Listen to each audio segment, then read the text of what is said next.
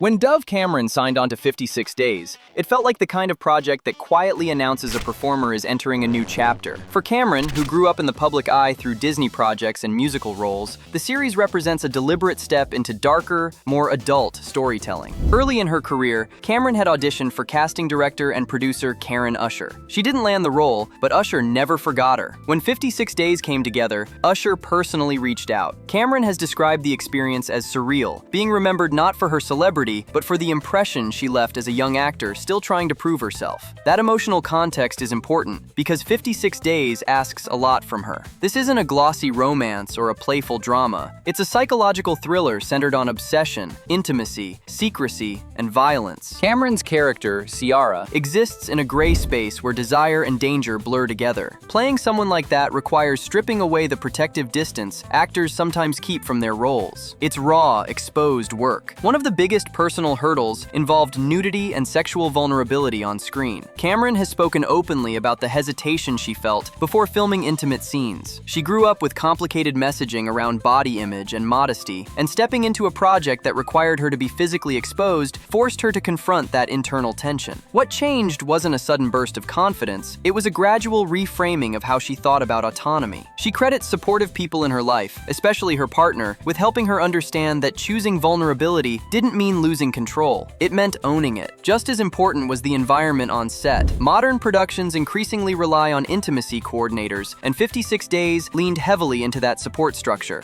Cameron has emphasized how crucial it was to have professionals whose entire job was to protect boundaries and communicate consent clearly. Scenes were choreographed with precision. Every touch, angle, and movement was discussed ahead of time. That level of planning transforms what could feel exploitative into something collaborative and safe. Directors and crew reinforced that culture by making sure actors could pause, renegotiate, or ask questions at any point. For Cameron, the result was liberating. She felt supported. That safety net allowed her to focus on performance rather than worrying about how the scene might be perceived. In her own words, it turned fear into craft. And that shift is a big reason 56 Days stands out in her career. It's the first time she's fully leaned into a role that demands adult vulnerability without apology. 56 Days is structured like a puzzle. The premise sounds simple. Two strangers meet, fall fast, and something goes horribly wrong. But the show doesn't unfold in a straight line. Instead, it's built on two timelines that constantly collide. The first timeline tracks the romance. Ciara and Oliver meet by chance and tumble into a relationship that escalates at an almost alarming speed. Their connection feels electric and slightly unhinged, the kind of chemistry that makes rational decisions disappear. The early episodes lean into that intensity. We watch them build a private world together, full of secrets, inside jokes, and emotional dependency. It's seductive and uncomfortable at the same time. The second timeline opens with a body. 56 days after their first meeting, homicide detectives enter Oliver's apartment and discover a decomposing corpse. The investigation timeline is colder, procedural, and stripped of romance. It asks a different set of questions. What really happened? Who are these people when viewed from the outside? Every flashback we've seen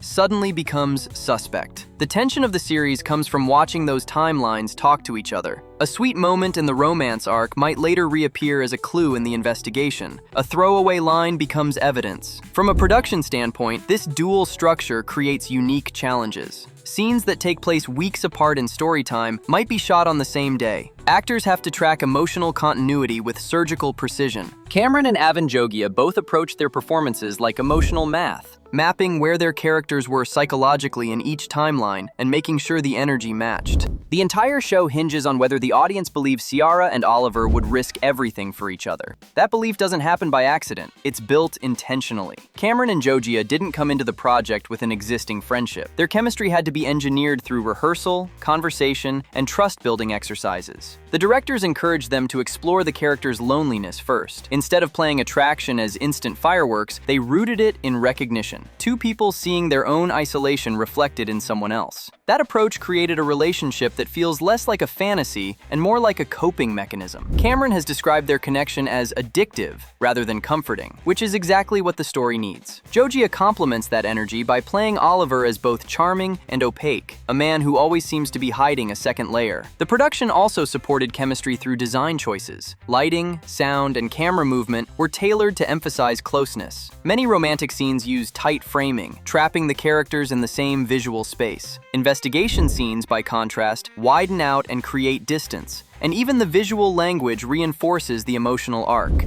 The series is based on a novel that originally unfolded against a pandemic backdrop, and one of the biggest creative decisions was removing that context for the screen adaptation. The team wanted the show to feel timeless rather than anchored to a specific global event. Pandemic storytelling carries emotional baggage, and the creators worried it might overshadow the psychological themes. By stripping away the lockdown setting, the adaptation shifts focus inward. Isolation becomes emotional rather than situational. Ciara and Oliver aren't trapped by public health rules. They're trapped by their own choices. That change makes the story more universal. Viewers don't need to remember a specific moment in history to understand the character's desperation. The relocation of the setting also plays a role. While the story world suggests a major American city, the production shot in Montreal. The city's architecture offers a flexible blend of North American textures, modern apartments, old brick streets, and sleek interiors that can stand in for multiple locations. Montreal's film infrastructure also makes it a practical hub for large productions, with experienced crews and diverse locations within short travel distances. The author of the novel remained involved as a creative voice during adaptation, which helped preserve the core tone. The series doesn't try to replicate the book beat for beat. Instead, it treats the novel as a blueprint and builds a new structure around the same emotional spine. Behind the camera,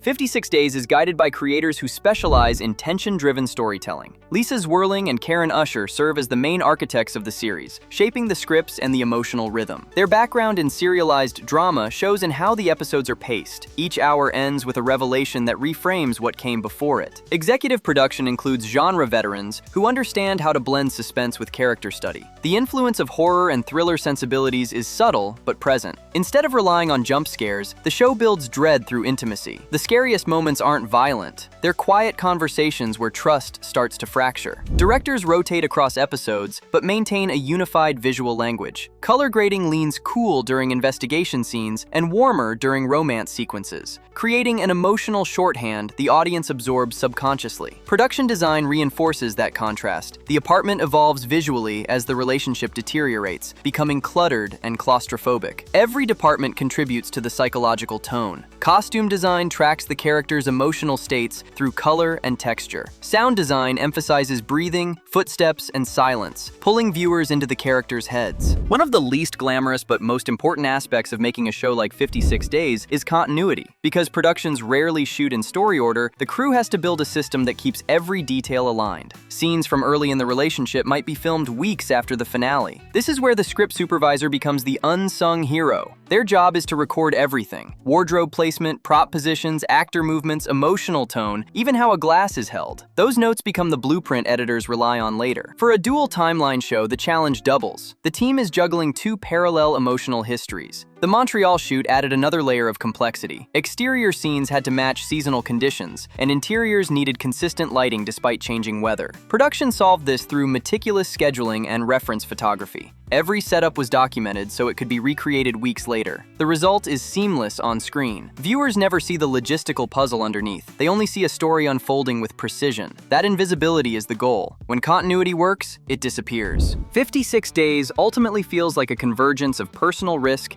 and professional control. For Dove Cameron, it marks a leap into material that demands vulnerability and trust. For the production team, it's a carefully constructed machine designed to make obsession look effortless. The series lives in that tension between chaos and choreography, passion and planning, and that's what gives it its bite. Thanks for watching Collider. See you next time.